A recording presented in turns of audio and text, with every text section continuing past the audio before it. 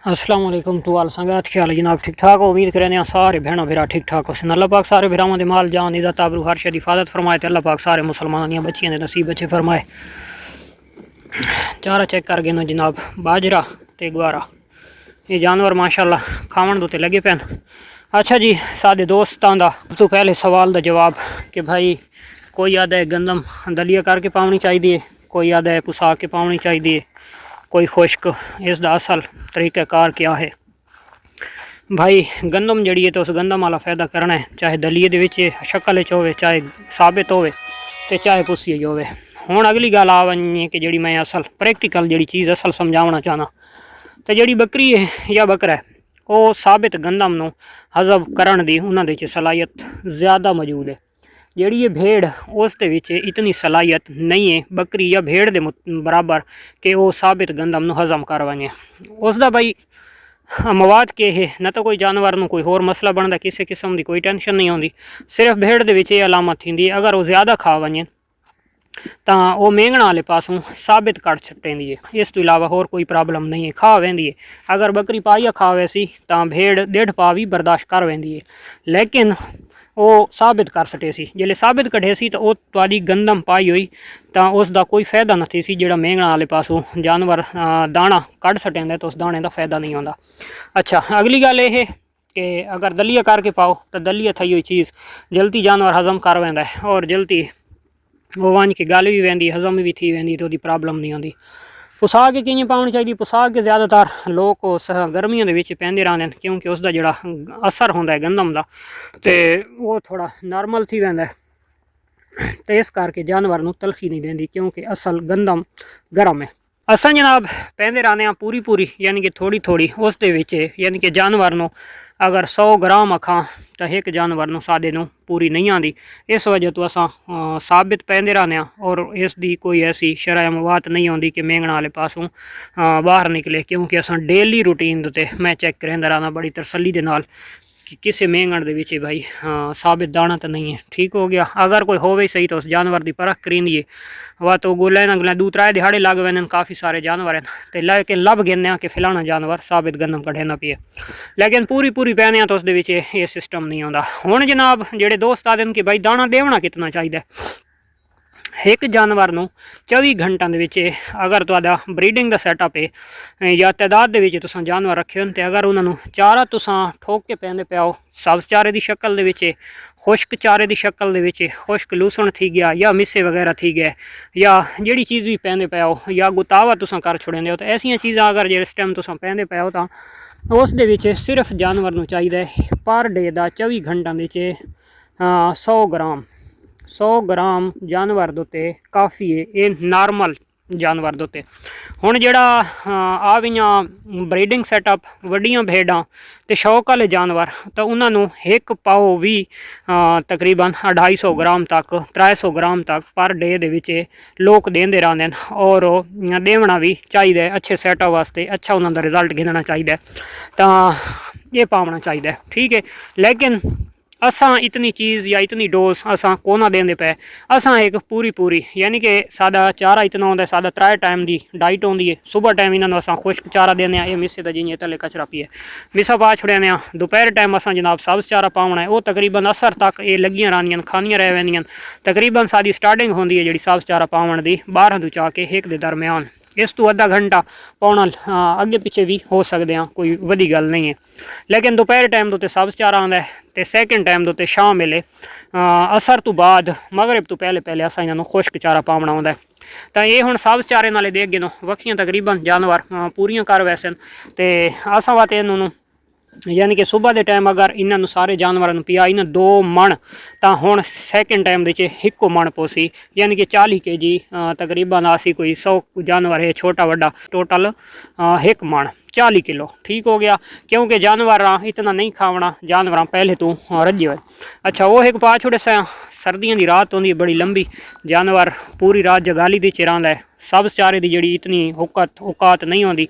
और जो खुश्क चारा होंदा है तो पूरी रात जानवर के अंदर रह वैंदा है, इतने जल्दी वो हज़म नहीं थींदा। जानवर जो गाली दे बड़ा मज़े दे रात गुजरेंदा है क्योंकि साढ़े काफ़ी सारे जानवर अंदर नहीं बांधे वो बाहर ही बैठे रह वैंदे। अगली गल ये ਜਿਹੜੀ मैं अपने दोस्तों ਨੂੰ ਅਸਲ ਸਮਝਾਉਣ ਦੇ ਉੱਤੇ ਕਿ ਜਿਹੜਾ ਅਸਾਂ ਉਸ ਦੇ ਵਿੱਚ ਤਕਰੀਬਨ ਇੱਕ 5 ਤੋਂ 6 ਕਿਲੋ ਪਰ ਡੇ ਦੇ ਵਿੱਚ ਇਹਨਾਂ ਨੂੰ ਗੰਦਮ ਦਿੰਦੇ ਹਾਂ ਤਾਂ ਅਸਾਂ ਇੰਨੀਆਂ ਸਾਰੀਆਂ ਨੂੰ ਪਾ ਛੋੜਨੀ ਹੈ ਛੋਟੇ ਵੱਡੇ ਉਸੇ ਦੇ ਵਿੱਚ ਖਾ ਗਏ ਅਗਰ ਉਹਨਾਂ ਦੇ ਕੋ ਗ੍ਰਾਮਾਂ ਦੀ ਗੱਲ ਕਰਾਂ ਤੇ ਇਤਨੇ ਗ੍ਰਾਮ ਉਹਨਾਂ ਦੇ ਉੱਤੇ ਨਹੀਂ ਪੂਰੇ ਆਉਂਦੇ ਲੇਕਿਨ ਅਲਹਮਦੁਲਿਲਾ ਇੱਕ ਤਾਂ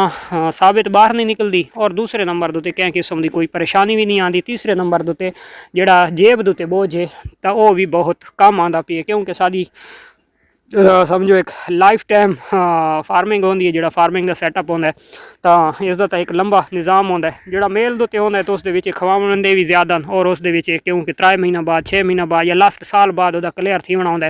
ब्रीडिंग सैटअप के ये सिस्टम होंगे भाई लग गया तो तीर ना लगा तो तुक्का सही यानी कि अगर एक टाइम की ब्रीड सारी आ गई है तो टोटल पल गई है तो दौड़े घोड़े होंगे अल्लाह ना करे कोई प्रॉब्लम बन वेंदी है यानी कि बच्चे ज़ाया थी वैन या छोटे बच्चे जियां पिछले दिहाड़ों के मूँह खुर की अलामत आई तो काफ़ी सारे लोगों के किड्स या जड़ियाँ सूवन वाली हैं तो बच्चे ज़ाया थी गए तो अगर ऐसा सिस्टम थी वने तो वह तो ब्रीडिंग सैटअप वाले का बहुत सारा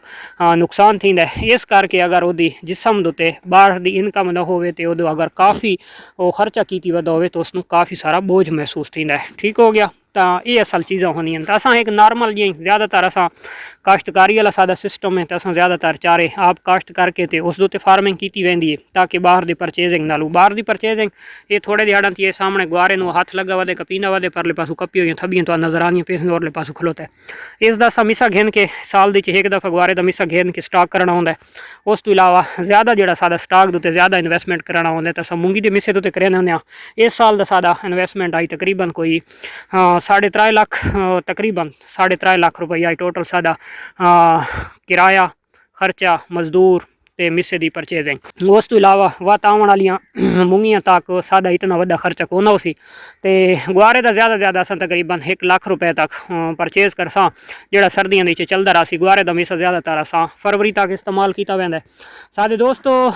मैसेज करें कि भाई तुहाडे कोल कितनी खेती बाड़ी है कितना चारा है कि सिस्टम है कितने जानवर तकरीबन 100 जानवर तो समझ गए ना साढ़े को टोटल जो जमीनदार है तो तकरीबन कोई है 5 तो 5.5 एकड़ जेड़े 5 तो 6 कनाल साढ़े कोलों चना है जोड़ा चना होंदा है तो वह मिसा भी साढ़े जानवर खा वैन या जो चना थी सी तो वह भी असा या तो घर के दाल पकैसूँ तो या वह साढ़े जानवर ही वह दलिया बना के जानवर खवैसूँ उस तो बाद 4 कनाल साढ़े को राया सरों है अगर सानू कोई किल्लत थी वे चारे की तो जिस टाइम राया या किनोला फली दुते आने तो उस टाइम कुतर के पाछ रहे वरना जोड़ा तो उसनों अस खुश्क करके तो वो कढ़वा गए थ्रेशर के जो सादा साल पूरे का तेल का सिस्टम होंगे तो अपने घर के असा चलावना होंगे 2 नंबर हो गया। तीसरे नंबर दो तो चारे दी आ गई है तो चारा इस टाइम साढ़े कोल है तकरीबन 3 एकड़ काश्त 3 एकड़ काश्त के तकरीबन 4 कनाल लूसों ने 4 कनाल बरसीन है ठीक हो गया 1 एकड़ पिछे बच गए 2 एकड़ तो 2 एकड़ के साढ़े कोल टोटल है सरसों और जवी यानी कि जौदरा अच्छा ये चीज़ा काश्त हैं 1 एकड़ जो सामने सब्ज़ा तो नज़र आता पी उत्थे सादा जंतर होंदा ये एकड़ की पहली कल तो इंशाल्लाह उसकी कटाई शुरू थी वैसी साड़ी सर्दियां वाले चारे की पहली दफ़ा असा उस एकड़ की कटाई करनी है उस तो बाद मार्च तक उसनू खाद भी लगनी है तो जानवर उस ग्रेजिंग करनी है 1 एकड़ के ग्रेजिंग करें रासन पिछू बच वैसे 2 एकड़ जड़े हैं तो असा कप के कुतर के बसा पावने किश दे नाल जनाब जिस टाइम ज़्यादा हो सी ना चारा सख्त हो सी तो असा दोपहर टाइम खुश्क मिसा साढ़े को ज़्यादा हो सी तो दोपहर टाइम असा उन्होंने सिर्फ सब्ज़ की शक्ल दे छुड़सा कुतर के वरना जड़ा तो उसनू कुतर के तो उस गंदम का भूसा तूड़ी यानी कि मिक्स करके भी असा जानवरों पैंदे रसा सर्दियों के दूसरे नंबर दोते ਉਹਦਾ कोई साइड इफेक्ट तो बिल्कुल को नहीं तो उस तो इलावा पेट भरावन वास्ते सानू सब चारे के नाल देवनी पौंदी क्योंकि सब चारे के नाल ज़्यादातर जानवर सिर्फ छोटा पेशाब ही करना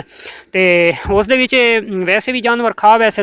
तूड़ी यानी कि मिक्स करके गतेसूँ था यानी कि वो अगर अस शौक करसा तो शौक के तकरीबन गंदम का दलिया या सिंपली चौकर घेन के हल्का हल्का उत्ते चौकर का धूड़ा दे छोड़ा करसा तो उस भी जानवर साढ़े पेट अच्छा भर गया करे सन और मेन मकसद है कि जो सब तो ज़्यादा सादा महंगा चारा होंगे तो मिसा होंगे तो मिसे की जी लागत हो सी तो भी साड़ी कम रहा सी और जानवर की सेहत की जी गल है तो वह भी इंशाअल्लाह ठीक रहा सन।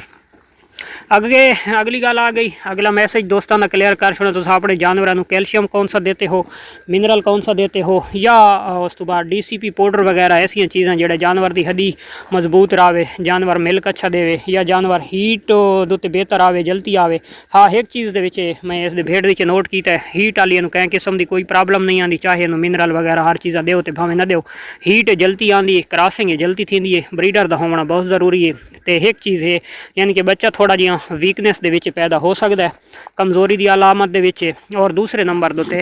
भेड़ के तले मिल्क जी है तो थोड़ी जी कमी हो सकती है। तो उसका इंशाअल्लाह एक मेरा अपना एक फार्मूला बना हुआ है, किसी फार्मर की कापी नहीं है, किसी की कोई ऐसी नहीं है, लेकिन वो मैं इंशाअल्लाह तैयार करे सा। तो उस तकरीबन 4 तो 5 चीज़ा हैं वो जिस टाइम मैं वन के बनवैसा तैयार करवैसा, उस मिनरल भी हो सी, उस DCP पाउडर भी हो सी, तो जड़ियाँ चिड़ियाँ चीज़ां बकाया मेरिया सारिया घर दी चीज़ां उस मैं जिस टाइम तैयार करवा के आने सा, तो इंशाअल्लाह सैंपली पानी के पिसा पिलवैसूँ जानवर नूं, उस फायदा ये थी सी जी मिनरल दी इन्हों ज़रूरत हो सी वो भी मिल सी, इन्हों एनर्जी भी मिल सी, इन्हों प्रोटीन भी मिल सी, इन्हों हर शय उस पानी की शक्ल भी मिल सी। सब तो वड्डा जिहड़ा फायदा थी तो कदां वास्ते जानवर बंद न थी सी। दूसरे नंबर के उत्ते जानवर की जी पानी कम पीवन वाला इशू आता तो इंशाअल्लाह वो भी खत्म थी वैसी। और जड़ा अखराजात की गल करा तो अखराजात भी बहुत बहुत तो बहुत कम आसी, ठीक हो गया। उसकी जी कास्ट आसी तो ही मैं इंशाअल्लाह दोस्तों नाल शेयर करे सा, बस दुआ करो मेरी थोड़ी अल्लाह दी ज़ात सेहत ठीक करे तो बात इंशाअल्लाह मैं अपने दोस्तों के नाल वो चीज़ तैयार करके, तो क्योंकि हुण पूरियां सर्दियां जानवर घर खलोवना है या ज़्यादा ग्रेजिंग ते वजने तो अपने जौधरी अली जहाद उत्ते वैसे तो मैं इंशाअल्लाह वो भी अपने दोस्तों के नाल करे सा शेयर। तो मिलते हैं इंशाअल्लाह नेक्स्ट वीडियो, तब तक देसो इजाज़त, अल्लाह हाफिज़।